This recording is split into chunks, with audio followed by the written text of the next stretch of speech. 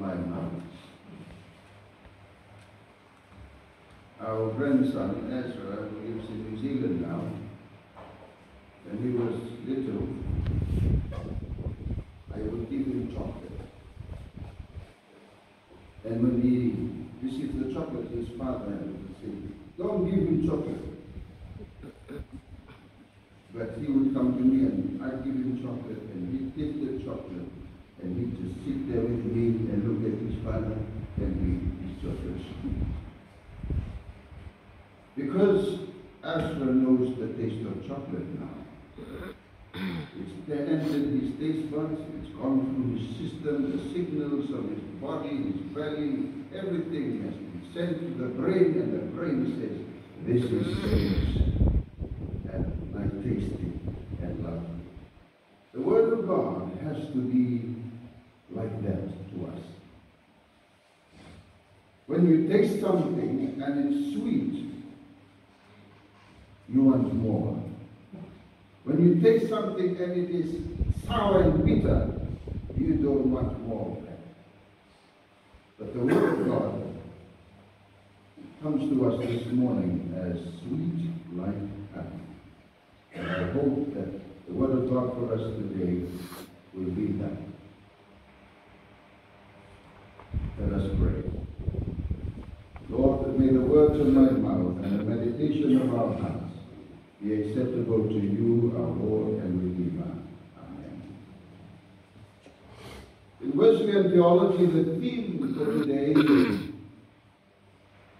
sound words are sweeter, and indeed a source of life is understood as the life-giving power of God's Word, which transforms believers through grace, holiness, and disciplined living. Wesley's view of Scripture as sweet and life-giving means that the emphasis of Scripture is the primary source of truth. That's our Wesleyan doctrine, the quadrilateral: Scripture, reason, tradition, and experience. But Scripture is paramount. It was paramount for Wesley. He called himself a man of one book, meaning the Bible was central to faith and practice. The Word of God is described as sweeter than honey in Psalms 119, 103, echoing the Wesleyan conviction that Scripture nourishes the soul, enlightens the mind, and guides holy living. Sound words are not merely pleasant. They are transformative, shaping character and leading to sanctification. Growing up, I've noticed that every living thing, at least with a voice, has a language. One thing I found interesting is that man can mimic the voice and copy the language of living creatures. They can talk like birds. They can talk like animals. They can mimic the sounds. They record the sounds of whales and living creatures in the sea.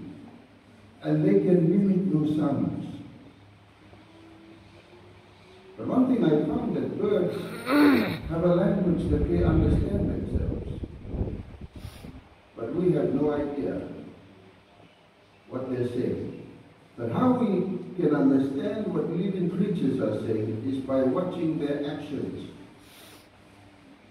Watching their actions. If they're sitting next to a pile of food, you will notice that the sound of their voice sounds all the same. They're sounding out to their member of the family or clan, "Come, there's food here." But they understand their own language. And it's something unique, something special. Have you ever seen a bird scold another bird? Or have you seen them just correct their bird? Or seen a dog scold another dog? They need territories, boundaries. If I have a dog at home, and you have a dog coming close to the boundary of my dog will run out and protect his dog. But he will give out a sound first. And that sound is, this is my turn, stay away. So they have their language, they understand it. But do they speak those words that we speak to each other? Ulukau, lia. Iko na siya nga rawa na ito na ka.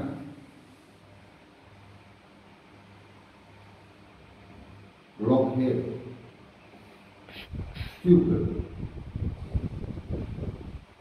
We don't hear those words from animals, but they will do something. They will go, if they see their pup going away or going astray, they go and pick the pup and bring them back into safety and keep them in their safety net. There's so much we can learn from animals today. So much. They can even learn to live together as a community, work together as a community. We see them working in packs. Lions in the desert, they work as a pack. The giraffes, the zebras, all of them working as a pack, protecting each other and also finding food so that they can live. There's so much we can learn from those who are older than us. Wesley taught that holiness involves both personal discipline and social holiness. Some of us, I hope our interpretation of that social holiness is correct. Sometimes I think we go overboard with our interpretation of social holiness. But Wesley taught that holiness involves both personal discipline and social holiness. And Proverbs 25:28 warns against a lack of self-control, likening it to a city without walls. And Wesley had thought self-control is a fruit of the Spirit, and essential for living a holy life. Dona di talam maya di dona menilu tu di dona masan tu bawa awal susu di talam nasi dalam motor di setiap bumi di dona ngau nasi puluh tu na kasi romani bersama sarat bermana bercerita tentang Kalailangi, Manasalasaro, o Pedro Gaya dua na cosa, ganapita ka mo ang paleta ng bulan ng itong tao. Ang gaya yung cosa, nakasira kayo. Ano rin nga po ito na tao-tao, sa sigaw na kalikay. Kaya sa alek buwa, sa siya na self-control. Yan ang tingin mo, hindi ko talaga ng mga code of conduct. Luto siya. Our body speaks a language. Our appearance speaks a language. No words, but just your appearance speaks a language. It tells people about you. If you hide anything, your body will tell what you're hiding. Sa hindi kinala ko sa ito, sa nandito na kaya minta. And then nawasi ko namin. So some words spoken with discipline protect the believer and the community from harm, just as walls protect the city. Sweetness of grace and holiness is emphasized in in Wesleyan theology, which highlights prevenient grace, God's grace that goes before, justifying grace, salvation through Christ, and sanctifying grace, growth in holiness. He knows who we are. He knows our weakness. So this prevenient grace that goes before us, it like walks ahead of us. While we're living our lives, prevenient grace is in front, just in case we fall, to lift us up. How beautiful a picture of Wesleyan theology. Some words are sweeter because they carry grace. They invite believers into deeper communion with God and one another. Holiness is not only personal but also communal. Wesley insisted that faith must be lived out in society through acts of mercy, justice, and love, not acts of social living, just social living. And the sabang takati ko na social holiness ko kapag na social living, social life. We must be careful of the gospel per se and the social gospel that we see in our world today. There's a difference between the two. I leave that to you to do your studies on it.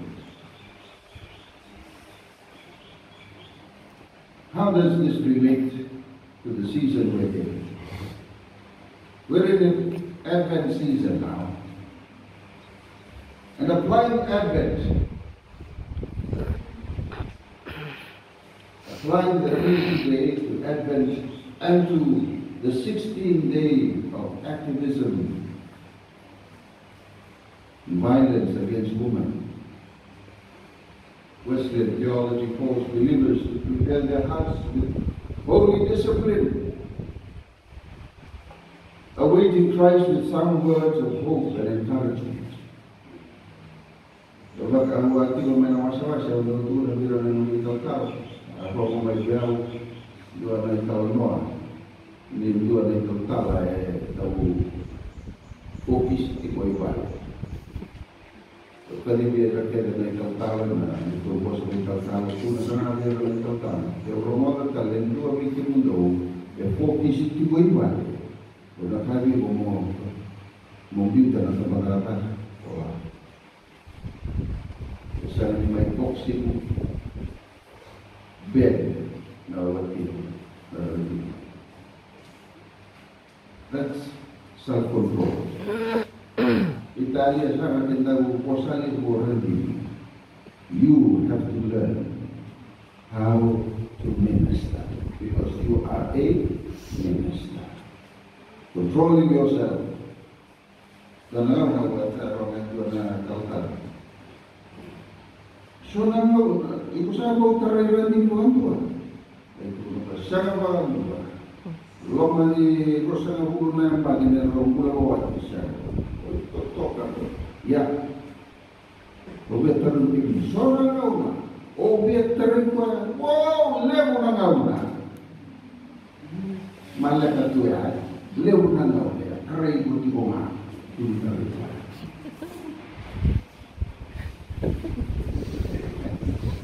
tarai ko tigo na tarai ko na lomo orang mo mulai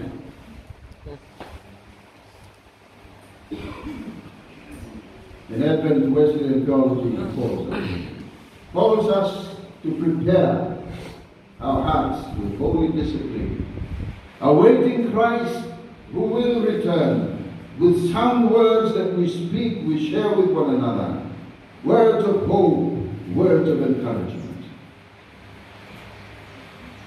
In these 16 days of activism against gender-based violence, Wesleyan teaching insists that words must defend the vulnerable, uplift the oppressed, the challenge injustice. This is what Wesley stood for. And we need to stand because most of the prisons in Fiji today are filled with Methodists. Something is not right Most of those who are on the streets today, I bet you must be Methodist. Something's not right. Most of the dropouts in our schools today are Methodist. Most cases of domestic violence are Methodist.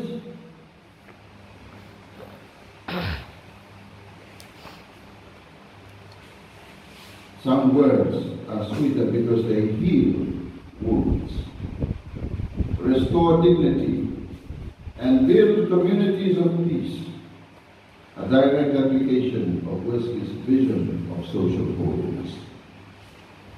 Why it matters? Why does it matter? Why does this theme matter?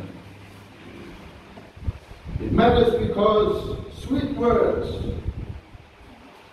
nurture love, holiness, and home at home. When I'm talking about the sweet words this morning, remember I pointed to the word of Jesus, the word of God, not the words of Bishop Mona.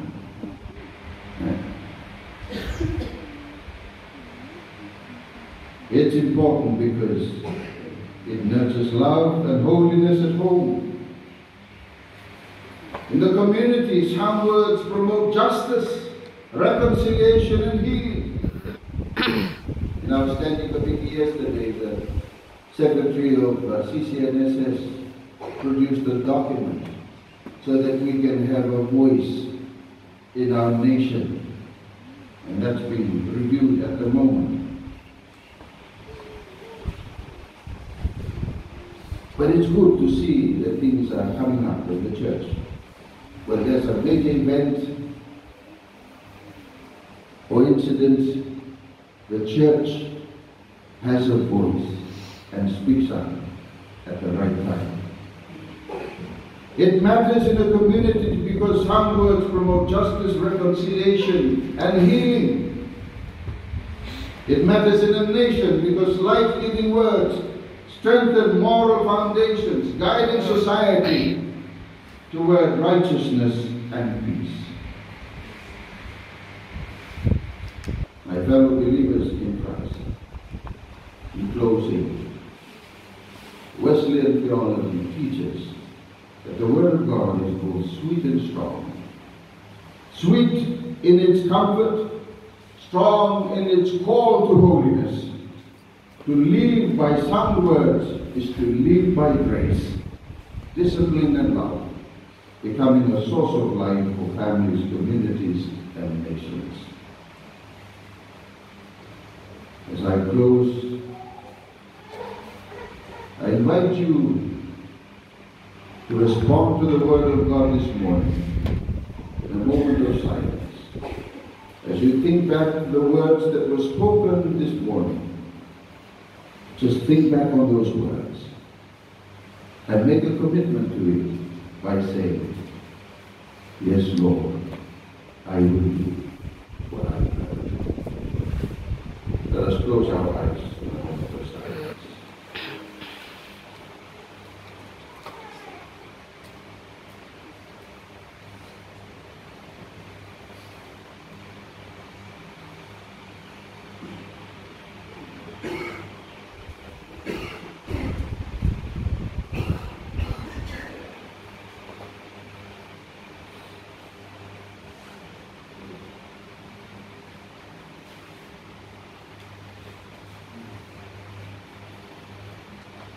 We thank you for your loving word on the cross of Calvary. Father, forgive them, for they do not know what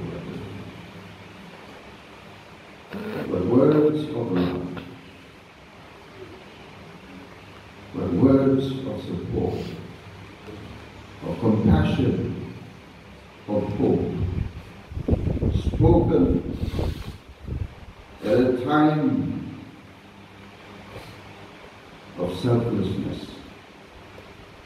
of sacrifice. We come to your table this morning,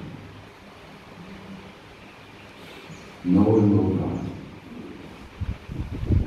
that you desire that we speak words that will build, that will will rebuke,